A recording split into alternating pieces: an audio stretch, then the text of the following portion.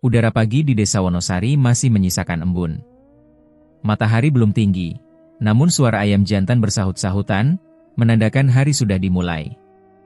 Bayu menurunkan ranselnya dari pundak dan menghela napas panjang. Sepatu sneakersnya sudah belepotan tanah merah sejak turun dari bus tadi. Ia menatap sekeliling, deretan rumah kayu sederhana, pohon-pohon pisang di pinggir jalan, dan sawah luas yang menguning. Sunyi, tenang, sejuk. Terlalu kontras dengan hiruk-pikuk Jakarta yang baru saja ia tinggalkan semalam. Namun satu hal langsung menarik perhatiannya. Di ujung tikungan jalan tanah itu, sebuah bangunan kayu tua dengan atap seng terlihat penuh sesak. Ada antrean panjang dari orang-orang yang sabar berdiri sejak matahari belum sepenuhnya terbit. Ada yang duduk di bangku panjang dengan wajah penuh harap, ada pula yang berdiri sambil menyesap teh panas dari botol plastik. Di atas bangunan itu, tergantung papan kayu dengan tulisan lusuh. Soto Warso sejak 1973. Bayu mengerutkan kening. Satu-satunya warung makan di desa ini, tapi antreannya seperti konser band terkenal, gumamnya sambil mengeluarkan buku catatan kecil dari saku jaket. Bayu Nugroho, 26 tahun, jurnalis kuliner dari sebuah media digital di Jakarta, sedang menjalani tugas investigasi spesial bertajuk Legenda Rasa dari Pelosok Negeri. Redaksinya memilih tempat ini bukan tanpa alasan. Warung soto Pak Warso sering disebut-sebut di forum pecinta kuliner dan grup media sosial sebagai soto ternak yang tak pernah bisa ditiru.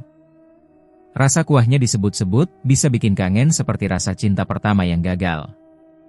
Bagi Bayu, itu bukan sekadar testimoni lebay, itu tantangan. Setelah check-in di rumah warga yang disewakan khusus untuk tamu, Bayu langsung menuju warung soto. Sambil mengantre, ia menyalakan perekam suara kecil dan memandangi para pengunjung. Sebagian besar warga desa, beberapa dari luar daerah, dan satu dua tampak seperti food blogger amatir. Aroma rempah menyeruak dari balik jendela dapur.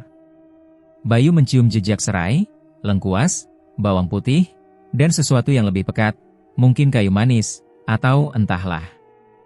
Ada satu aroma dasar yang asing namun memikat. Mas baru pertama kesini, sapa seorang bapak berpeci di sampingnya. Bayu mengangguk. Iya, Pak. Saya jurnalis. Lagi cari tahu kenapa warung ini bisa seramai ini. Wah, kalau soal rasa soto Pak Warso, Mas nggak akan kecewa. Tapi ya, jangan tanya-tanya terlalu dalam, nanti malah nggak enak makan, katanya sambil tertawa kecil. Tapi tawa itu terdengar aneh. Tertahan. Seperti menutupi sesuatu. Giliran Bayu tiba. Ia disambut oleh lelaki tua dengan wajah keras dan mata tajam. Pak Warso, pemilik warung, mengenakan kaos oblong putih dan celemek hitam yang sudah pudar warnanya. Tubuhnya kurus, namun gerakannya cekatan. Ia menyendok kuah dari kuali besar yang mengepul, menuangkannya ke atas nasi, irisan daging, tauge, dan daun seledri dalam mangkuk keramik tua. Baru pertama, tanyanya tanpa senyum. Iya, Pak. Namanya Bayu. Dari Jakarta. Saya jurnalis. Pak Warso hanya mengangguk singkat, lalu menyodorkan mangkuk panas dengan gerakan tegas. Makan dulu. Nanti kalau masih penasaran, baru ngobrol. Bayu duduk di bangku kayu panjang. Mangkuk soto itu tampak sederhana. Tidak seperti plating di restoran, tidak ada garnish berlebihan. Tapi kuahnya, berwarna kekuningan pekat, seperti sari dari tulang dan rempah yang dimasak berjam-jam. Aroma yang menguar benar-benar menggoda. Sendok pertama masuk ke mulutnya. Dan dunia seakan berhenti berputar. Gurih. Dalam. Menghangatkan dada. Ada rasa manis samar dari bawang, rasa asin yang halus, dan rasa lain yang tidak bisa dijelaskan. Rasa yang membuat lidah seakan mengingat sesuatu yang tidak pernah dialami. Bayu terdiam. Tangannya bergerak otomatis menyuapkan sendok demi sendok, sampai hanya kuah tersisa. Ia menyeruput habis. Dan ketika selesai, ia hanya bisa duduk, menatap kosong mangkuk di depannya. Enak? Tanya suara di belakang. Pak Warso berdiri di ambang pintu, menyulut rokok kretek. Matanya masih tajam, tapi ada gurat lelah di sudutnya. Lebih dari enak, Pak. Tapi, rasanya seperti ada kenangan yang ikut dimasukkan dalam kuah itu, jawab Bayu pelan. Pak Warso tertawa pendek. Rasa itu, Mas, bukan dari bumbu dapur. Dari pengorbanan. Bayu mengerutkan kening. Pengorbanan? Pak Warso mengisap rokoknya, lalu menghembuskan asap pelan. Setiap orang yang makan di sini, akan kembali. Entah karena lidahnya, entah karena jiwanya. Bayu hendak bertanya lebih lanjut, tapi suara antrean yang makin panjang membuat Pak Warso mundur ke dapur. Dan dalam hitungan menit, ia kembali sibuk menyiapkan mangkuk-mangkuk soto berikutnya, seolah percakapan barusan tak pernah terjadi. Sore menjelang. Bayu berjalan pelan menyusuri pematang sawah di belakang rumah tempat ia menginap. Angin sejuk menerpa wajahnya, tapi pikirannya berkecamuk. Ada sesuatu yang menggelitik instingnya sebagai jurnalis. Warung itu bukan sekadar warung. Rasa yang ia cicipi bukan sekadar soal resep. Ada cerita di baliknya. Dan setiap cerita punya rahasia. Bayu duduk sendirian di beranda rumah sederhana tempat ia menginap, dengan sebuah muk teh panas di tangan dan tatapan kosong ke arah sawah. Tapi pikirannya tak berada di sana.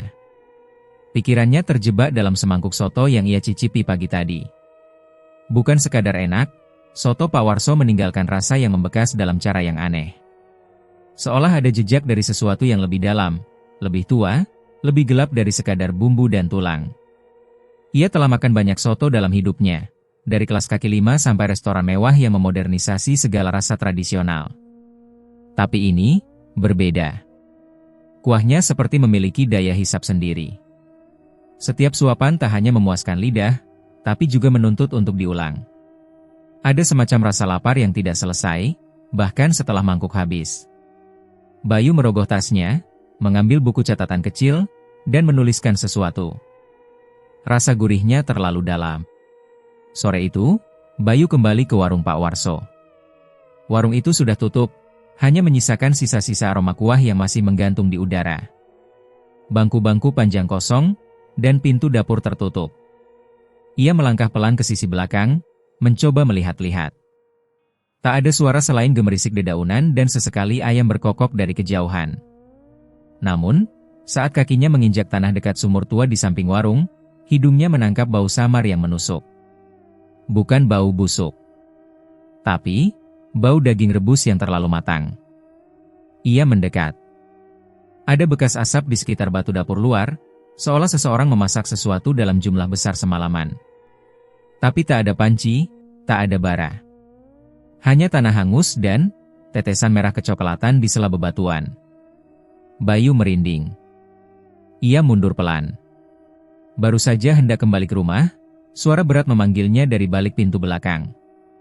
Mas Bayu? Bayu menoleh.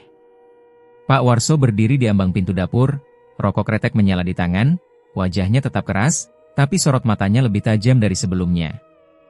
Maaf, Pak, ujar Bayu. Saya cuma penasaran aja. Gak ganggu, kok. Pak Warso menatapnya lama. Lalu mengangguk pelan. Kalau memang niat Mas datang buat cari tahu, ya silakan. Tapi jangan terlalu dalam. Kadang rasa yang terlalu ingin diketahui justru bisa merusak lidah sendiri. Bayu mengangguk, walau dalam hati tidak puas dengan jawaban itu. Ia tahu orang tua itu menyembunyikan sesuatu. Keesokan harinya, Bayu bangun lebih pagi. Ia ingin melihat langsung bagaimana soto itu dimasak. Dengan modal hubungan baik dari obrolan kemarin, ia memberanikan diri datang ke warung pukul 5 pagi. Lampu dapur sudah menyala. Bau rempah kembali menyergap hidungnya, lebih kuat dari hari sebelumnya. Pagi, Pak, sapa Bayu sambil mengetuk kayu di ambang pintu. Pak Warso melongok dari balik uap kuali besar. Mas Bayu, pagi amat. Saya ingin lihat proses masaknya, kalau boleh. Pak Warso diam sesaat, lalu mengangguk. Boleh. Tapi jangan ganggu. Cuma lihat. Bayu tersenyum. Siap. Di dalam dapur, kuali besar itu berdiri di atas tungku batu bata merah. Api menyala pelan di bawahnya, menyemburkan panas yang membuat ruangan seperti ruang sauna. Warna kuah dalam kuali keruk keemasan, dan aromanya menyatu antara kaldu, rempah, dan sesuatu yang tidak bisa Bayu namai. Di meja panjang, Bayu melihat bumbu-bumbu dapur biasa, lengkuas, serai, bawang putih, ketumbar, jinten, kunyit segar yang baru diparut. Semuanya terlihat biasa. Terlalu biasa untuk menghasilkan rasa seajaib itu. "Pak, boleh tanya?" ujar Bayu sambil menatap Pak Warso yang tengah memotong daging. "HM? Kenapa rasanya bisa sedalam itu?" Seolah-olah kuahnya bukan cuma makanan, tapi semacam ingatan. Pak Warso berhenti sejenak. Ia memandang Bayu, kemudian kembali ke potongan daging di depannya. Ia mengiris dengan rapi, nyaris tanpa suara. "Karena bukan cuma bumbu yang saya pakai, Mas," katanya akhirnya. "Tapi niat." "Niat?" Orang makan biasanya karena lapar. Tapi kalau seseorang makan karena kehilangan, karena kesepian, atau karena ingin melupakan, maka makanan itu harus lebih dari sekadar kenyang. Bayu terdiam. Kata-kata itu sederhana, tapi mengandung sesuatu yang dalam. Ia menatap kuah dalam kuali. Uapnya seperti membentuk wajah-wajah samar, atau mungkin itu hanya pantulan pikirannya sendiri. "Dagingnya daging apa, Pak?" tanyanya pelan. Pak Warso tidak langsung menjawab. Ia hanya mengangkat bahu. "Daging yang halal untuk yang percaya," katanya dengan suara datar. Bayu bergidik. Ia memutuskan tak bertanya lebih jauh saat itu. Tapi satu hal semakin jelas, rasa itu tidak bisa dijelaskan dengan logika kuliner semata. Hari berlalu. Setiap pagi, Bayu datang dan makan semangkuk soto. Dan setiap kali, rasanya seperti pertama kali. Tidak pernah membosankan. Justru sebaliknya, seperti candu. Sehabis makan, tubuhnya terasa hangat, ringan, pikirannya jernih. Tapi malamnya, ia mulai mengalami hal-hal aneh. Ia bermimpi berada dalam ruangan penuh uap panas, dikelilingi suara perempuan menangis. Ada suara kuah mendidih, dan ada tangan-tangan yang mencakar permukaan air. Ia terbangun dengan keringat dingin, jantung berdebar, dan mulut merindukan satu sendok soto lagi. Pagi ketiga, setelah menghabiskan mangkuk ketiganya, Bayu duduk lebih lama di bangku panjang warung. Ia memperhatikan pengunjung lain. Wajah-wajah yang sama seperti hari pertama. Mereka datang setiap hari. Beberapa tampak seperti orang biasa, namun matanya kosong. Seperti tubuhnya hadir, tapi jiwanya, entah di mana. Seorang ibu parubaya duduk di sampingnya. Bayu mencoba menyapa. "Ibu sering ke sini?" Ibu itu tersenyum. "Setiap hari, Nak. Suami saya meninggal 2 tahun lalu. Sejak itu, saya cuma bisa makan kalau di sini. Rasanya seperti dia masih ada." Hari itu, udara di desa Wonosari terasa berbeda. Lebih pengap, lebih senyap. Tak seperti biasanya, anak-anak tidak terdengar bermain layang-layang di lapangan, dan bahkan suara radio dari rumah-rumah warga pun nyaris tak terdengar. Langit sore meremang, seolah menahan hujan yang tak jadi turun. Bayu menyadarinya sejak siang. Beberapa warga yang biasanya ramah, kini menolak berbicara terlalu lama dengannya.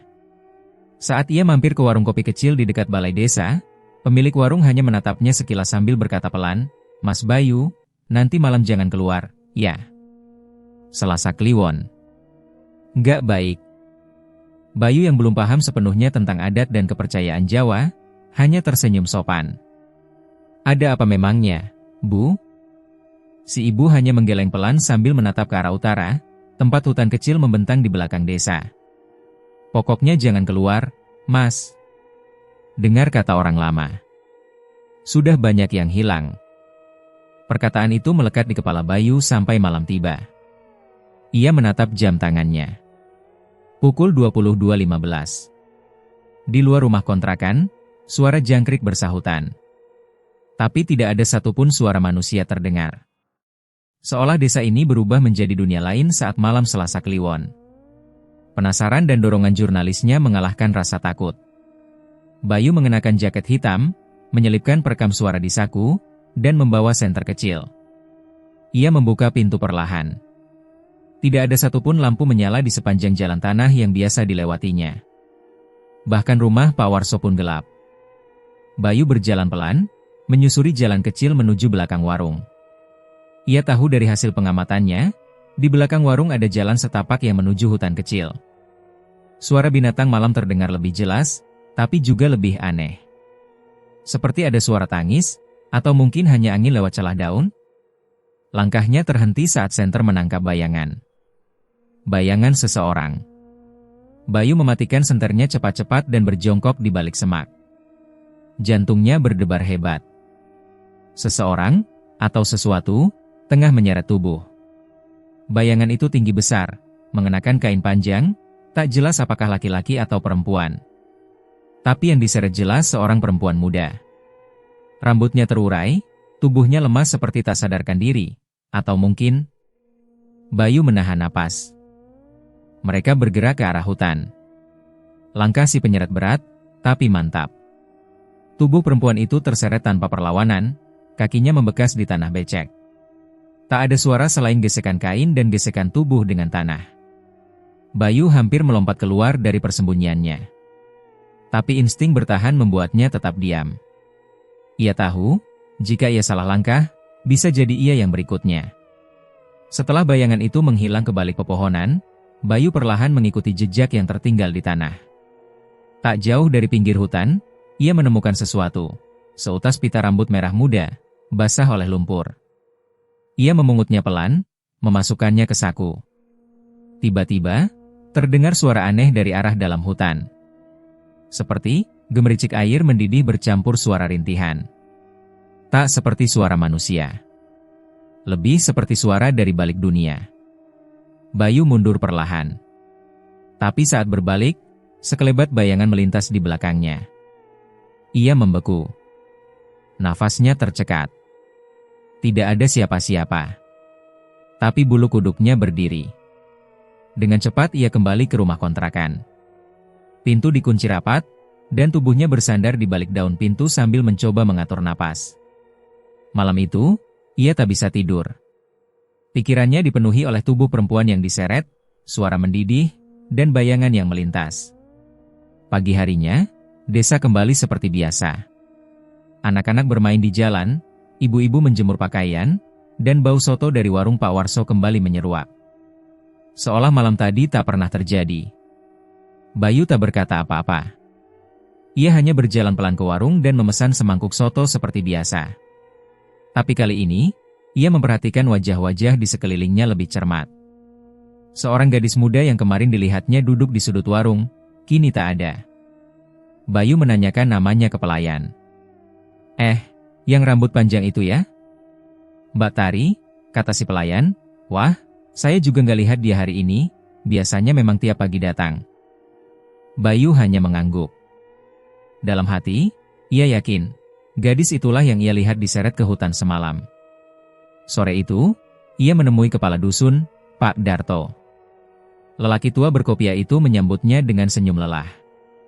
Ada yang bisa saya bantu, Mas Bayu? Bayu memutuskan untuk tidak berputar-putar. Pak, saya dengar beberapa orang hilang di malam Selasa Kliwon. Pak Darto terdiam sejenak. Wajahnya menegang. Lalu ia menghela napas. Desa ini memang punya malam-malam yang tak bisa dijelaskan. Setiap Selasa Kliwon, 1 atau 2 orang bisa saja tidak kembali. Dulu kami mencoba melawan, mencari, bahkan membawa polisi. Tapi tak pernah ada hasil. Siapa yang melakukannya, Pak? Pak Darto menatapnya lekat. Bukan urusan manusia, Mas. Tapi ada yang membuka jalan. Selalu ada yang jadi jembatan. Bayu meneguk ludah. Kata-kata itu mengarah ke satu nama. Pak Warso. Kalau memang begitu, kenapa warga tetap makan di sana? Tanya Bayu, hampir marah. Pak Darto menunduk. Karena rasa sotonya, Mas membuat mereka lupa. Bahkan yang kehilangan keluarganya pun tetap datang.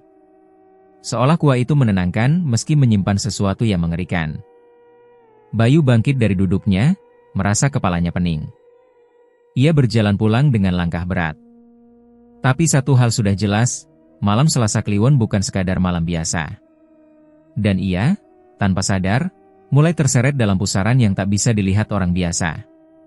Bayu duduk gelisah di atas dipan bambu di rumah kontrakan. Pikirannya masih dipenuhi bayangan malam Selasa Kliwon, tubuh perempuan yang diseret, suara rintihan di balik hutan, dan wajah-wajah warga yang esoknya bersikap seolah tak terjadi apa-apa. Di tangan Bayu, pita rambut merah muda yang ia temukan malam itu telah mengering. Satu bukti kecil dari sesuatu yang lebih besar dan gelap. Namun bukan hanya itu yang menghantuinya.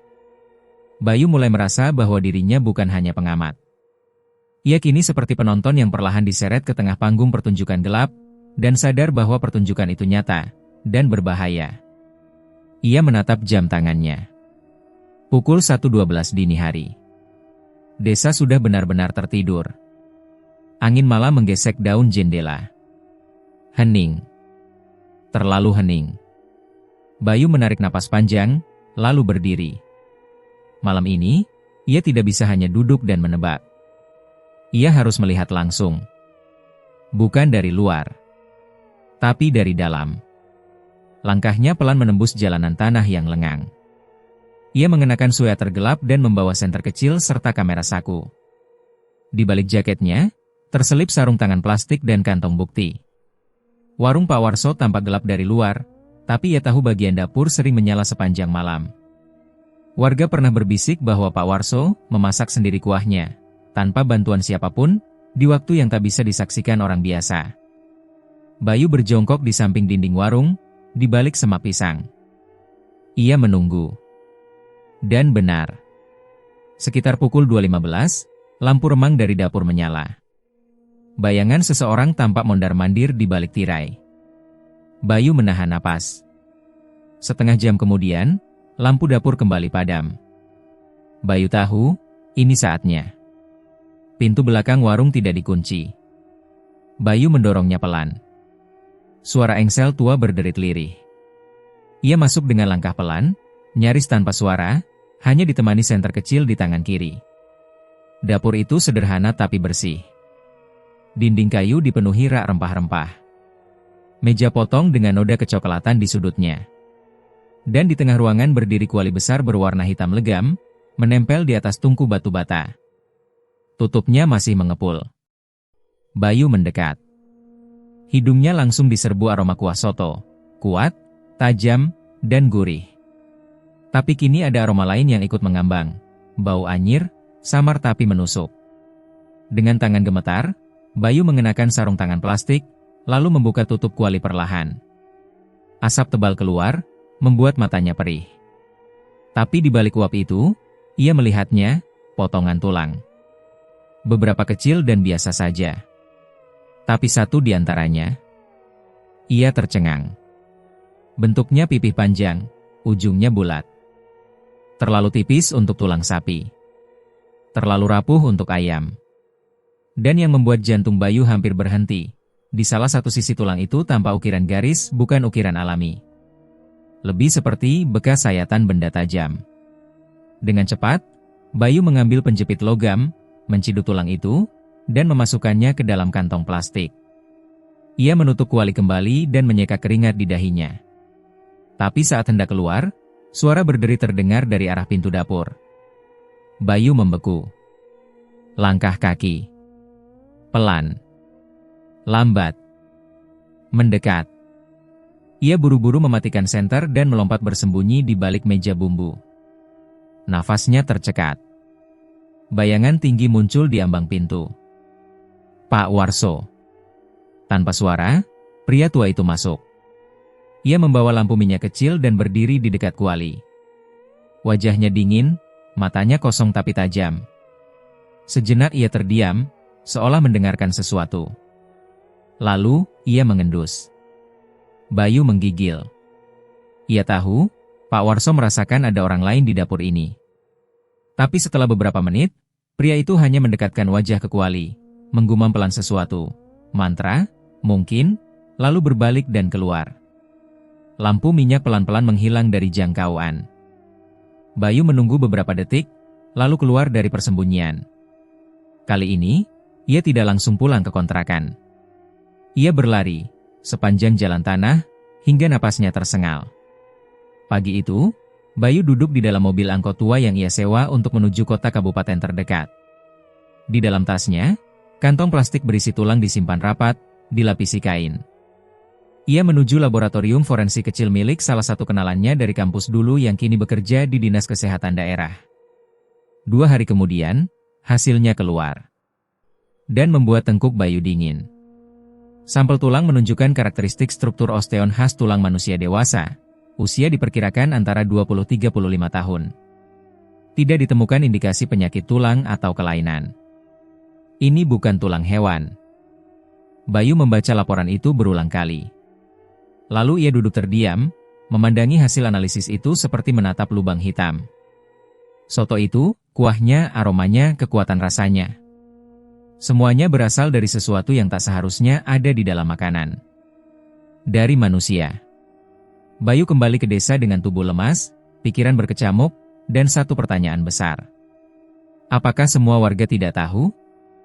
Atau mereka tahu, tapi memilih diam? Sore itu, ia kembali melewati warung soto Pak Warso. Seperti biasa, penuh. Pengunjung duduk rapi, tersenyum, menikmati. Tak satu pun dari mereka tahu apa yang telah Bayu temukan. Atau mungkin mereka tahu, tapi telah terlalu jauh untuk kembali.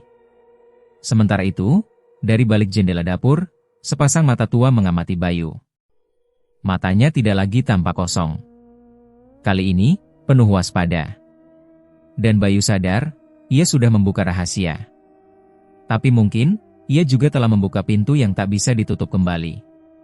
Bayu duduk di pojok perpustakaan kecil milik kecamatan, berhadapan dengan tumpukan dokumen usang, koran lama, dan clipping dari arsip pos keamanan desa. Udara di dalam ruangan itu berbau lembab dan kertas tua, membuat matanya perih, tapi ia tak bergeming. Di hadapannya, tercatat satu persatu nama yang mencuat dari laporan orang hilang. Nama pertama, Fitri Handayani, 22 tahun. Menghilang, Selasa Kliwon, Maret 2021. Nama kedua, Diah Lestari, 19 tahun. Menghilang, Selasa Kliwon, Desember 2020. Nama ketiga, Ratna Dewi, 25 tahun. Menghilang, Selasa Kliwon, Juni 2019. Dan seterusnya. Selalu wanita muda. Selalu menghilang di malam Selasa Kliwon. Selalu tanpa jejak. Bayu menggigit bibir bawahnya, menahan gejolak dalam dada. Polanya terlalu jelas. Terlalu rapi untuk dianggap kebetulan. Tapi mengapa tak ada satupun tindakan nyata? Mengapa warga desa tetap diam, seolah semua ini normal? Ia membalik halaman demi halaman laporan lama, mencatat tanggal dan nama, hingga total mencapai 11 korban dalam 5 tahun terakhir. Dan lebih mengejutkan lagi, sebagian dari mereka sempat dilaporkan seminggu kemudian, oleh keluarga yang tinggal di luar desa. Yang lapor bukan warga sini, gumam Bayu. Ia mengecek ulang. Benar. Mayoritas dari mereka adalah pendatang sementara, atau perempuan yang kembali ke desa karena urusan keluarga. Mereka bukan bagian dari komunitas tetap. Itu menjelaskan sesuatu, korban dipilih dengan cermat. Yang tidak akan dicari terlalu dalam oleh warga. Yang tidak menyisakan kegaduhan besar. Mereka menghilang diam-diam, dan lenyap dalam bisu. Sore itu, Bayu memutuskan menemui Pak Darto, kepala dusun, sekali lagi. Kali ini, bukan untuk minta jawaban, tapi untuk mengonfrontasi. Pak Darto menerima Bayu di beranda rumahnya. Wajahnya tampak lebih lelah dari sebelumnya. Ada apa lagi, Mas Bayu? Tanyanya hati-hati. Bayu meletakkan daftar nama korban di meja. Ini data orang-orang yang hilang selama 5 tahun terakhir. Semua perempuan. Semua menghilang malam Selasa Kliwon. Semua tidak ditemukan. Ini bukan hal biasa, Pak. Pak Darto menatap daftar itu tanpa menyentuhnya. Mas tahu, Mas ini sedang mengorek luka lama yang tidak semua orang siap lihat kembali. Justru karena itu saya harus bicara. Saya sudah lihat sendiri malam itu. Ada seseorang diseret ke arah hutan. Dan sekarang saya tahu, Itu bukan satu-satunya kasus. Pak Darto menghela napas panjang. Ia menatap langit sore sejenak, sebelum akhirnya membuka suara. Dulu, kami pernah melawan. Saat korban ketiga ditemukan tak kembali, kami bentuk tim ronda. Kami jaga tiap Selasa Kliwon. Tapi selalu ada yang menghilang dari barisan. Seperti tersedot entah kemana. Pak Warso, tanya Bayu tajam. Pak Darto tak menjawab langsung. Bukan cuma dia, Mas. Ada ikatan lama antara beberapa warga dengan sesuatu yang tak kasat mata. Saya pun tak sepenuhnya paham. Tapi saya tahu, tiap kali kami berusaha menghalangi, sesuatu yang lebih buruk akan terjadi. Desa ini pernah diselimuti kegilaan. Panen gagal. Warga kerasukan. Anak-anak meninggal tanpa sebab. Sejak itu, kami berhenti melawan. Bayu mencengkeram pena di tangannya. Jadi, kalian biarkan saja orang hilang? Demi kenyamanan semangkuk soto? Pak Darto menatapnya. Mata tua itu tidak marah, tapi penuh luka. Kadang, untuk bertahan, manusia memilih membisu. Bahkan saat hati mereka berteriak. Bayu keluar dari rumah kepala dusun dengan pikiran yang semakin kacau. Semakin ia gali, semakin jelas bahwa seluruh desa ini hidup dalam simbiosis ganjil dengan kutukan yang mereka anggap bagian dari hidup. Di sepanjang jalan, ia mulai melihat semuanya dengan cara berbeda. Wajah-wajah di warung soto, senyum para ibu yang menyambut pagi, bahkan anak-anak yang tertawa, semuanya seperti memakai topeng. Menyembunyikan sesuatu yang lama, mengakar, dan tak bisa dicabut. Malamnya, Bayu menyalakan laptop dan mulai menulis. Tapi bukan artikel seperti biasanya. Kali ini ia menyusun laporan investigasi internal. Catatan pribadi tentang kengerian yang terselubung dalam popularitas rasa. Ia tulis dengan rinci. Kronologi korban hilang. Pola waktu dan profil korban. Penemuan tulang manusia di kuali. Keterangan Pak Darto. Kecurigaan kuat terhadap Pak Warso. Ia juga menambahkan rekaman audio yang ia ambil dari wawancara sebelumnya, dan satu foto dari potongan tulang yang telah diuji laboratorium. Namun saat ia hendak menyimpan dokumen itu, listrik rumah tiba-tiba padam. Klik. Laptop mati. Gelap total. Bayu mematung. Dari luar jendela, terdengar desir angin, dan suara langkah pelan di pekarangan. Ia berdiri, menahan napas, lalu meraih senter kecil dan membuka tirai jendela sedikit. Gelap. Kosong. Tapi, di tengah pekarangan, ada sebuah benda tergantung di tali jemuran. Bayu membuka pintu pelan, melangkah dengan gemetar, dan mendekat. Itu adalah pita rambut merah muda. Yang dulu ia simpan. Yang hilang entah kapan. Tapi kali ini, di simpul pita itu terikat sehelai rambut panjang, basah, dan merah. Bayu mundur, napasnya memburu. Ia kembali ke dalam rumah dan mengunci pintu rapat. Tak ada listrik. Tak ada sinyal. Dan di tengah gelap, ia sadar satu hal. Ia tidak hanya sedang mencari kebenaran. Ia sedang diawasi olehnya. Hari itu langit mendung, seolah menahan sesuatu yang belum tumpah. Bayu berdiri di depan sebuah rumah reot di ujung desa, dikelilingi semak liar dan pohon pisang yang daunnya menggantung layu. Rumah itu pernah ditempati seorang dukun tua bernama Mbah Sarto, sebelum masyarakat mengusirnya bertahun-tahun lalu karena dituduh mempraktikkan ilmu hitam. Jangan ke sana, Mas, kata Pak Darto beberapa hari sebelumnya. Mbah Sarto itu bukan orang biasa. Ilmunya gelap. Banyak warga yang percaya, warung soto Pak Warso dulunya sering ke sana malam-malam. Justru karena itulah Bayu ke sana. Ia butuh jawaban. Sesuatu yang bisa menjelaskan mengapa satu warung bisa menelan 11 nyawa tanpa satupun suara. Pintu rumah Mbah Sarto tak terkunci. Engselnya berkarat, dan ketika Bayu mendorongnya, pintu mengeluarkan suara derit pelan yang menyayat. Di dalam, udara terasa seperti dipenuhi abu dan sisa dupa tua. Lantai papan berdebu. Rak-rak buku lapuk berdiri miring di dinding. Bayu menyisir isi ruangan dengan hati-hati. Semua tampak seperti rumah tua biasa, hingga ia membuka satu peti kayu di sudut ruangan yang tertutup kain kafan kumal. Di dalamnya, tergeletak sebuah buku bersampul kulit hitam. Judulnya tergores samar dengan tinta emas yang hampir hilang. Jalan Kaya, Pesugihan Kendi Darah. Bayu membuka halaman pertama. Tulisan tangan berhuruf Jawa kuno, bercampur catatan tangan berbahasa Indonesia. Isinya langsung membuat bulu kuduknya berdiri. Kendi darah adalah jalan untuk mempersembahkan rasa tertinggi kepada sang pemberi lidah. Ia tidak makan uang. Ia tidak minta dupa. Ia hanya menerima tulang hidup dan darah segar, dimasak dengan keyakinan dan rasa lapar. Bayu menelan ludah. Ia terus membaca. Ritual itu dilakukan pada malam Selasa Kliwon, di saat bulan menghitam, dan hanya bisa dipersembahkan oleh seorang yang bersumpah dengan darahnya sendiri. Di bagian lain buku, tertera proses pembuatan kuah persembahan dengan rincian mencurigakan, air sumur tua, rebusan daging manusia muda, tulang panggul yang dihancurkan dan dijadikan kaldu, serta campuran bumbu yang membangkitkan rasa primal dalam jiwa manusia. Ada pula gambar kendi tanah liat, dengan mulut terbuka, di mana darah korban pertama dituang. Dari situ, si pelaku harus minum 3 tegukan, sambil membaca mantra. Setiap jiwa yang direbus, akan menjadi satu takaran rasa. Setiap tulang yang dihancurkan, akan menghidupkan aroma. Tapi jika berhenti, rasa akan mati, dan tubuh si pemilik akan dikoyak dari dalam. Bayu menutup buku itu dengan tangan gemetar. Segalanya mulai menyambung.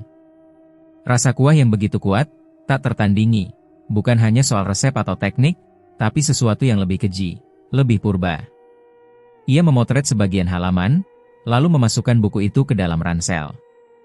Namun sebelum ia beranjak, matanya tertumbuk pada sesuatu yang menempel di dinding, sebuah lukisan kusam yang dilapisi debu. Ia membersihkannya dengan lengan baju. Dalam lukisan itu, terlihat seseorang sedang berdiri di tengah lingkaran kendi dan sesajen, di depannya rebusan dalam kuali besar. Di belakangnya, samar, ada sosok bayangan besar tanpa wajah, tapi lidahnya menjulur panjang dari dada hingga tanah. Dan sosok manusia dalam lukisan itu mirip sekali dengan Pak Warso muda. Bayu terhuyung mundur. Ia keluar dari rumah itu dan mengunci pintunya kembali. Tapi udara luar pun tak lagi menenangkan. Langit kini betul-betul hitam. Ia merasa seperti membawa sesuatu yang seharusnya tidak disentuh. Malamnya, Bayu kembali ke penginapan. Ia menyalakan lampu, menaruh buku di meja, dan membuka jendela sedikit untuk sirkulasi. Tapi udara yang masuk justru dingin dan membawa bau anyir samar. Ia memeriksa ponselnya. Tidak ada sinyal. Lagi. Ia mengambil foto-foto yang tadi ia potret, lalu mencocokkannya dengan artikel riset-riset gelap yang pernah ia simpan. Semua mengarah pada satu hal. Pesugihan darah memang eksis. Dan versi kendi darah ini adalah salah satu bentuk tertua yang berasal dari tanah Jawa. Ritual ini tidak hanya untuk kekayaan, tapi untuk rasa. Kejayaan rasa. Kuliner sebagai ibadah. Sebuah bentuk penyembahan terhadap entitas gaib yang hanya puas jika manusia lain direbus, dihancurkan, dan dikonsumsi secara simbolik oleh masyarakat. Dan Pak Warso telah menjalani itu selama bertahun-tahun. Dengan sukarela. Dengan sadar. Tengah malam, Bayu terbangun. Ia merasa tubuhnya berat, seolah ada yang menindih. Ketika membuka mata, ia melihat seorang perempuan berdiri di sudut kamar. Wajahnya remuk. Rambutnya menutupi dada, dan dari tubuhnya meneteskan air panas, atau kuah soto. "Aku masih utuh," katanya pelan, nyaris seperti bisikan. "Tapi aku tidak akan lama." Bayu tersentak dan seketika bangkit. Namun ketika ia menyalakan lampu, sosok itu menghilang. Di lantai tempat ia berdiri tadi, hanya ada jejak basah, dan satu tulang kecil berwarna merah kehitaman. Bayu menggenggam buku itu. Matanya merah, bukan karena takut, tapi karena amarah yang perlahan mendidih. Ia tahu sekarang, bahwa tulisan ini bukan sekadar investigasi. Ini adalah perang. Dan satu-satunya cara memenangkannya, adalah dengan mengungkap semuanya, meski harus membayar dengan darahnya sendiri. Sejak menemukan buku ritual, kendi darah, Tidur Bayu tak lagi tenang. Malam-malamnya dipenuhi mimpi yang membuatnya terbangun dalam keadaan basah oleh keringat, dadanya berdegup kencang seperti habis dikejar sesuatu yang tak kasat mata. Pada malam ketiga, mimpi itu berubah menjadi lebih jelas, lebih nyata. Bayu berada dalam ruangan sempit berdinding bambu yang hangus. Bau anyir daging bercampur asap tebal menyelimuti udara. Ia mendengar suara sayatan bukan dari pisau dapur biasa, tapi seperti besi tua mengiris kulit dengan kasar. Di hadapannya, seorang gadis muda duduk bersimpuh, tangannya terikat. Tubuhnya penuh luka bakar dan lebam. Matanya mengarah padanya. "Kami tidak bisa pergi," suaranya lirih, seolah keluar dari tenggorokannya yang pecah. Dia rebus kami satu persatu. Bayu ingin bergerak, ingin menyentuh, tapi tubuhnya seolah tertambat. Di balik gadis itu, ada kuali besar menggelegak, dan tangan besar, tangan manusia, mengangkat tubuh seorang wanita lainnya, lalu menjatuhkannya ke dalam rebusan. Teriakan korban meledak di dalam mimpi. Bukan teriakan biasa, tapi jeritan yang memecah keheningan dengan rasa sakit yang nyaris tak bisa didefinisikan oleh bahasa. Kuali mendidih merah, bukan air, tapi darah. Seketika, tubuh Bayu terseret oleh bayangan tak kasat mata ke bibir kuali itu. Ia melihat wajah-wajah wanita yang masih utuh mengambang di dalam rebusan, menatapnya dengan sorot penuh penderitaan dan harapan. "Balaskan kami," mereka berkata serempak. "Jangan biarkan dia menyajikan kami lagi." Bayu terbangun dengan jeritan keras, tubuhnya menggigil hebat. Kamarnya gelap gulita, meskipun lampu seharusnya menyala. Jendela terbuka, tirai berkibar pelan ditiup angin malam yang dingin bukan main. Ia menyeka keringat dari pelipis, tapi tangannya menyentuh sesuatu yang lengket. Ketika melihat ke cermin, ia nyaris muntah, darah. Tetesan darah segar menempel di wajahnya, di lehernya, dan mengalir dari rambutnya seolah baru saja bangkit dari kolam pembantaian. Tapi tidak ada luka. Tidak ada cedera. Dan di ujung tempat tidur tergeletak potongan rambut panjang, hitam basah, seolah baru saja ditarik dari kepala korban yang belum lama mati. Keesokan harinya, Bayu mendatangi rumah kepala dusun, Pak Darto, dengan mata sembab dan suara berat. "Aku tahu semuanya, Pak," ucap Bayu tanpa basa-basi. "Saya tahu soal kendi darah. Saya tahu kenapa setiap Selasa Kliwon selalu ada yang hilang. Dan saya tahu kenapa rasa soto itu seperti menyihir." Pak Darto terdiam lama. Wajahnya kaku, nyaris pucat. Ia menghela napas dalam, sebelum akhirnya berkata, "Kamu tidak akan bisa mengubah apapun, Nak. Banyak dari kami tahu, tapi tidak ada yang berani bicara. Semua sudah tunduk pada rasa itu. Kami sudah terlalu lama makan tubuh manusia tanpa sadar. Atau mungkin, dengan sadar." Bayu menatap lelaki tua itu dengan jijik, kecewa, dan hancur. "Kamu makan juga, Pak?" Pak Darto tak menjawab. Tapi air matanya meleleh sendiri. Diamnya adalah pengakuan. Malam berikutnya, mimpi itu kembali menghantui. Kali ini, Bayu berada dalam lorong panjang penuh tulang belulang. Cahaya samar dari api obor menerangi tengkorak-tengkorak wanita yang disusun rapi seperti trofi. Pada masing-masing tengkorak, terukir nama dengan darah yang mengering. Satu persatu tengkorak itu berbicara. "Aku, Rina. Umur 19. Aku dibakar dari kaki ke atas. Aku Sari. Aku sempat hamil 3 bulan. Aku Desi. Aku menangis melihat tulangku direbus untuk disantap manusia." Tangisan mereka bergema sepanjang lorong, membentuk harmoni penderitaan yang menusuk hingga tulang. Di ujung lorong, Bayu melihat dirinya sendiri berdiri, tapi bukan sebagai dirinya. Tubuhnya berubah, tangannya berlumuran darah, dan di belakangnya, Pak Warso sedang menyendok kuah soto dari tubuh manusia rebus. Bayu berteriak. Tapi suaranya tenggelam dalam isak tangis para arwah. "Aku bukan bagian dari ini," serunya. Tapi para arwah menjawab, "Kamu sudah mencicipi kami. Kamu sudah menelan sebagian dari tubuh kami. Kau tak bisa keluar sebelum menuntaskan semuanya." Bayu terbangun. Kali ini, seluruh tubuhnya kaku seperti es. Ia menggigil hebat, seolah ruhnya belum sepenuhnya kembali dari mimpi. Ia menoleh ke jendela. Dan di sana, berdiri perempuan muda dengan rambut terbakar, wajah melepuh, dan mata menyala merah. "Bayu," bisiknya. "Selasa Kliwon berikutnya, kami akan ditambah satu lagi." Bayu tak bisa tidur sejak malam itu. Ia hanya duduk di kursi, menatap buku, kendi darah yang terbuka di meja. Kepalanya penuh nama-nama korban. Tangannya masih gemetar tiap kali teringat kuah soto yang dulu ia puji. Bukan karena rasanya enak, tapi karena ia sadar sekarang, betapa rasa itu berasal dari penderitaan yang tak terperi. Dan satu hal yang pasti, para arwah belum pergi. Mereka menggigil bukan karena dingin, tapi karena dendam yang belum tersampaikan. Mereka tak butuh doa. Mereka butuh pembalasan. Dan Bayu, entah suka atau tidak, telah dipilih untuk membawanya. Malam itu, Bayu tak langsung pulang ke penginapan. Ia menuju polsek kecil di pinggir desa, membawa berkas hasil forensik dan satu salinan digital yang telah ia backup ke flash disk.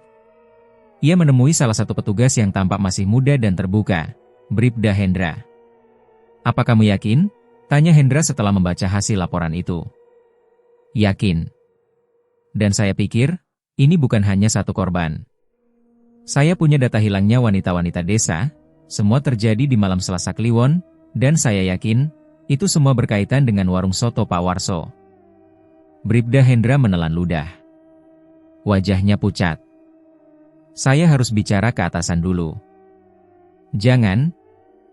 Bayu langsung menahan. "Kalau kamu bicara ke orang yang salah, kamu bisa hilang seperti mereka." Hendra menatapnya tajam, lalu perlahan mengangguk. "Baik. Saya akan simpan salinannya. Tapi untuk sementara, kamu juga hati-hati, Mas." Namun keesokan harinya, saat Bayu kembali ke kantor polsek, ia dikejutkan oleh suasana yang berubah drastis. Bribda Hendra tidak tampak di meja jaga. Bahkan tak satupun polisi di sana bersedia menjelaskan keberadaannya. "Dia lagi cuti," jawab seorang petugas senior sambil menguap, tak acuh. "Katanya pulang ke kota." Bayu tahu ada yang tidak beres. Ia menelepon nomor Hendra, tidak aktif. Ia mengirim pesan berkali-kali, semua centang satu. Ia bahkan pergi ke indekos tempat tinggal Hendra yang hanya berjarak 5 menit dari polsek. Pintu terkunci, tirai jendela terbuka, dan kamar terlihat rapi. Terlalu rapi. Tidak ada jejak kepergian mendadak. Seorang ibu warung di sebelah kos bahkan berkata, "Mas Hendra tadi malam masih beli mie instan di sini. Jam 11-an. Katanya besok mau berangkat pagi. Tapi sampai sekarang gak kelihatan." Bayu terpaku. Hendra hilang. Persis seperti para perempuan itu. Malam harinya, di penginapan, Bayu duduk dengan tubuh lunglai, menatap layar laptop kosong. Salinan file hasil forensik masih tersimpan aman, tapi kini ia tahu, bukti tak cukup. Kekuasaan yang melindungi Pak Warso jauh lebih dalam dari yang ia kira. Ia membuka kembali buku, Kendi Darah. Membaca ulang bagian yang menyinggung sumpah diam, sebuah aturan mistik dalam perjanjian pesugihan, di mana siapapun yang mencoba membocorkan rahasia daging persembahan akan dibungkam oleh kuasa sang iblis kuliner. Bayu menggigil. Ia kini menjadi bagian dari lingkaran itu. Teleponnya tiba-tiba berdering. Nomor tak dikenal. Ia mengangkat dengan gugup. "Bayu," suara di seberang berat, berbisik. "Kamu sedang menggali sesuatu yang tak seharusnya." "Siapa ini?" "Kalau kamu teruskan, bukan hanya kamu. Keluargamu juga akan ikut direbus." Klik. Telepon terputus. Bayu memandang layar ponselnya, napasnya tersengal. Ia segera menyalin semua file digital ke cloud, mencetak kembali hasil forensik, dan menyimpan salinannya di 3 tempat berbeda, termasuk mengirimnya ke alamat email pribadinya yang hanya ia tahu. Malam itu, ia tidak tidur. Ia hanya duduk di kursi, memegang ponsel, dan mendengar suara pintu penginapan yang berderit pelan. Seolah ada yang masuk. Seolah ada yang mengintainya dalam gelap. Dan dari luar jendela, angin malam membawa aroma yang kini membuat perut Bayu mual. Aroma kuah soto. Aroma yang dulu menggiurkan kini berubah menjadi bau kematian yang tak bisa ia cuci dari penciumannya. Besok adalah Selasa Kliwon. Dan Bayu tahu, ia sudah tak bisa mundur. Bayu terbangun tengah malam karena suara derak kayu dari lorong penginapan. Langkah kaki berat, pelan, menyusuri lantai tua yang berderit. Ia menahan napas. Matanya langsung menatap pintu kamar yang tak terkunci. Sejak telepon ancaman semalam, ia tak berani tidur lelap. Rasa kantuk datang dan pergi, tapi tubuhnya tetap tegang seperti kawat digigit listrik. Kini, suara itu mendekat. Pelan. Berat. Penuh niat. Bayu meraih flash disk berisi semua bukti dan menyelipkannya ke dalam saku dalam jaket. Ia berjingkat menuju jendela, mendorong pelan kaca kayu tua itu dan mengintip keluar. Gelap. Sunyi. Tapi ia bisa melihat 4 bayangan berdiri di halaman. Salah satunya, tubuh bungkuk besar dengan caping lebar. Pak Warso. Bayu menggertakkan gigi. Ia mundur perlahan, tapi baru 1 langkah, daun pintu kamar dibuka dengan kasar. Seorang pria masuk, mengenakan jaket kulit gelap, menodongkan sebilah pisau panjang ke arahnya. Sudah tahu terlalu banyak, ya, Mas jurnalis, ucap pria itu. Suaranya dalam dan tenang, menakutkan justru karena tidak marah. Bayu melompat ke arah jendela tanpa pikir panjang, membenturkan tubuhnya menembus kaca. Pecahan tajam melukai pipi dan lengannya, tapi ia berhasil jatuh ke tanah, keras dan penuh lumpur. Teriakan terdengar dari dalam penginapan. Bayu bangkit, berlari ke arah hutan di belakang desa. Langkahnya kacau, napasnya memburu, tapi pikirannya hanya satu, kabur atau mati. Hutan malam itu seperti labirin neraka. Kabut tipis bergulung di antara pohon jati dan bambu. Suara burung malam bercampur lolongan anjing liar. Tapi yang paling menakutkan adalah suara kaki manusia yang mengejarnya, bertambah banyak, seperti kawanan pemburu. Bayu tersandung akar pohon, jatuh terguling ke dalam parit dangkal. Tubuhnya basah, lumpur menempel dari dada sampai paha. Ia meringis, tapi tak berhenti. Ia bangkit lagi dan berlari, hingga melihat cahaya di kejauhan. Bukan cahaya rumah, tapi api unggun besar. Ia mendekat pelan, bersembunyi di balik semak. Di depannya, sebuah tempat lapang terbuka, lingkaran tanah dikelilingi batu. Di tengahnya, sebuah kendi hitam besar diletakkan di atas api. Di sekelilingnya, orang-orang berjubah hitam duduk bersila, komat kamit membaca mantra. Di atas batu, seorang perempuan muda diikat. Mulutnya dibungkam, tubuhnya gemetar. Rambutnya basah, seperti baru disiram air. Bayu menelan ludah. Ia mengenali wajah itu. Salah satu gadis desa yang sempat diwawancarainya 2 hari lalu, Sinta, yang katanya ingin merantau ke kota. Jadi itu bohong. Sinta tidak pergi ke kota. Ia akan dikorbankan malam ini. Bayu. Suara keras dari belakang membuatnya menoleh. 2 pria bertubuh kekar melompat dari balik pohon, menariknya keluar dari semak. Bayu menendang, menggigit, melawan semampunya. Tapi tenaga mereka terlalu kuat.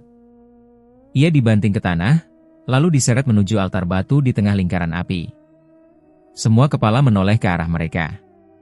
Termasuk Pak Warso, yang berdiri di depan kendi hitam, mengenakan kain putih berlumur darah dan kalung dari gigi manusia.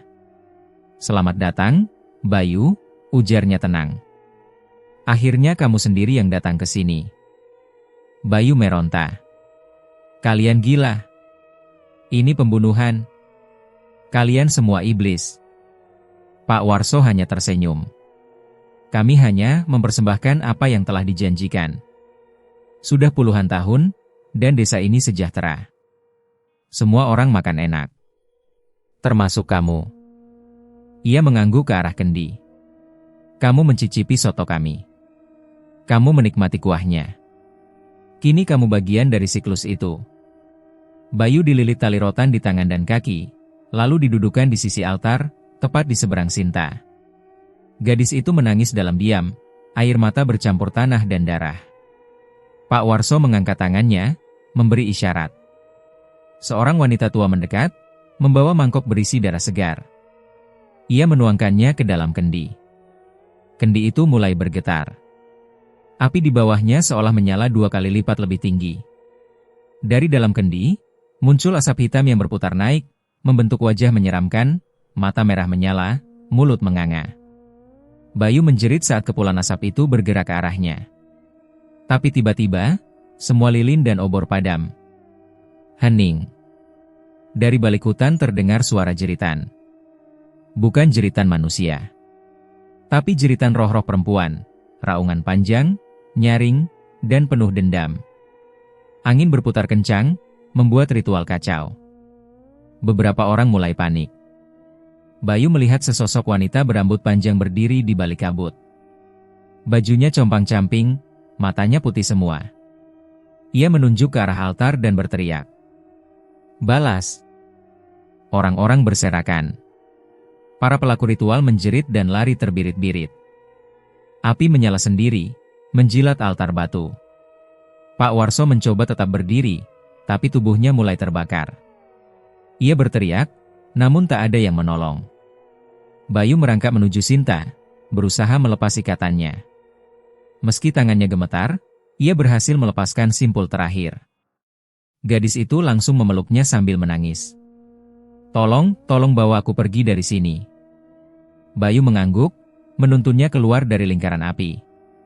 Di belakang, altar batu meledak, menghantam kendi yang pecah dan menyemburkan darah ke segala arah. Pak Warso roboh, tubuhnya terbakar, tapi mulutnya masih berkomat-kamit mantra. Bayu dan Sinta berlari kembali ke hutan, tanpa menoleh. Suara tangisan dan jeritan masih terdengar dari balik pohon. Malam itu, setan dan manusia bersatu mengejar, tapi mereka lupa satu hal. Arwah yang marah tak pernah lupa. Dan malam Selasa Kliwon itu, mereka datang menuntut bayaran. Asap hitam membubung dari bangunan tua di pinggir jalan desa malam itu. Api menjilat atap dan dinding warung soto Pak Warso, menyala merah seperti lidah setan yang lapar. Bayu berdiri beberapa meter dari sana, napasnya masih terengah, tubuhnya berlumur lumpur, luka, dan sisa darah. Di sebelahnya, Sinta duduk terdiam, selimut tua menutupi tubuhnya yang gemetar. Api membakar semuanya, meja, kuali, kendi kutukan. Termasuk tubuh Pak Warso, yang tak sempat melarikan diri setelah ritual gagal. Para warga, yang selama ini membungkam diri, berdiri dalam diam, menyaksikan api melahap pusat rahasia kelam mereka. Bayu menggenggam flash disk di saku. Bukti yang disimpannya kini tak hanya sekadar investigasi jurnalis. Ia membawa lebih dari sekadar cerita, ia membawa kutukan. 2 minggu setelah kejadian, berita tentang praktik kanibalisme di balik warung soto terkenal meledak di media. Bayu, dengan luka-luka dan trauma yang masih segar, menjadi narasumber utama dalam banyak wawancara. Polisi menggali halaman belakang warung dan menemukan lebih dari 15 kerangka manusia, sebagian besar perempuan muda yang telah lama dinyatakan hilang. Bayu tak kembali ke desa itu. Setelah menyelesaikan laporan dan menyerahkan semua bukti, ia memilih pindah ke kota lain, meninggalkan dunia jurnalistik investigasi. Ia menyewa apartemen kecil, hidup tenang, dan mencoba melupakan semuanya. Tapi mimpi-mimpi buruk masih datang, kadang disertai aroma kuah soto yang begitu akrab dan menjijikan. 5 tahun berlalu. Kota berubah, dan Bayu pun nyaris tak dikenali orang. Kini ia bekerja sebagai editor naskah di sebuah penerbitan kecil. Tak ada lagi warung gelap, tak ada lagi penyelidikan malam-malam. Sampai suatu sore, saat ia pulang kantor, ia mencium aroma yang membuat bulu kuduknya meremang. Aroma soto. Tapi bukan sembarang soto. Aroma itu gurih, dalam, dan tajam. Menggugah sekaligus membuat perutnya mual. Ia mengikuti aroma itu tanpa sadar, seperti ditarik tali tak kasat mata. Di pojok sebuah gang dekat pasar tradisional, ia menemukannya. Sebuah warung sederhana, beratap seng, dengan spanduk bertuliskan, "Soto Busri, resep warisan turun-temurun." Bayu berdiri mematung. Di bawah tulisan itu, ada barisan pelanggan duduk rapi, wajah mereka tampak puas, tersenyum setelah menyeruput kuah. Tapi bukan itu yang membuat Bayu tak bisa bergerak. Kuahnya. Warnanya kekuningan pekat, hampir seperti kaldu tulang sapi, tapi lebih kental. Dari jarak 5 meter saja, Bayu bisa merasakan aroma itu persis seperti yang dulu ia cicipi di warung Pak Warso. Tubuhnya mulai dingin. Tangannya gemetar. Ia melangkah mendekat, perlahan. Dari balik uap kuali, muncullah sosok perempuan setengah baya, mengenakan celemek merah tua. Wajahnya ramah, senyum tak henti. Tapi matanya kosong. Penuh kehampaan. "Selamat sore, Mas." "Mau pesan?" tanyanya ceria. Bayu menelan ludah. "Maaf, saya cuma lewat." Perempuan itu tertawa kecil. "Banyak yang bilang aroma soto kami menggoda, ya. Padahal cuma pakai resep warisan. Nenek saya dulu jualan di desa kecil, tapi sekarang kami pindah ke kota." Bayu membeku. Suara di kepalanya berdesir seperti pisau diasah. "Nenek? Desa kecil? Apakah Bu Sri ini adalah keturunan Warso?" Ia mencoba menahan rasa mual yang naik ke tenggorokan. Di meja, mangkuk-mangkuk kosong mengilap, hanya tersisa tulang-tulang kecil. Terlalu kecil untuk sapi. Terlalu halus untuk ayam. Pelanggan lain terus berdatangan. Beberapa bahkan antre sambil memuji. "Wah, ini soto ternak sejawa. Rasanya kayak ada sihirnya. Aromanya bikin nagih, Bu." Bayu mundur perlahan. Jantungnya berdegup makin cepat. Di matanya, bayangan masa lalu mulai merayap, kendi hitam, jerit korban, dan wajah Pak Warso terbakar. Semua kembali, seperti diseret keluar dari liang kubur. Ia berbalik dan berjalan cepat, hampir berlari. Tapi di ujung jalan, ia mendengar satu suara yang membuatnya membeku. "Bayu?" Suara perempuan. Lembut tapi menyeret. Ia menoleh, dan melihat seorang gadis kecil berdiri di bawah tiang listrik. Matanya putih semua, rambutnya panjang dan basah, dan dari mulutnya menetes cairan bening bercampur darah. Salah satu arwah. "Belum selesai," ucapnya pelan. "Belum selesai?" Bayu menjerit dan berlari. Malam itu, ia tak bisa tidur. Ia duduk di depan laptop, mengetik laporan baru, mengetik seperti orang kesurupan. Di dinding apartemen kecilnya, aroma soto itu masih menggantung, menempel seperti kutukan yang tak pernah pergi. Ia tahu, meski warung Pak Warso dibakar, meski para pelaku dihukum, ritual itu masih hidup. Entah lewat keturunan, entah lewat pemburu rasa yang tak tahu dari mana makanan mereka berasal. Dan kini, kutukan itu berpindah ke kota, ke warung baru, ke mangkuk-mangkuk baru yang ramai setiap hari. Bayu menutup laptopnya. Ia menatap keluar jendela, langit malam yang kosong. Satu pertanyaan menghantui pikirannya. Berapa banyak orang yang akan menikmati rasa itu sebelum arwah para korban benar-benar tenang?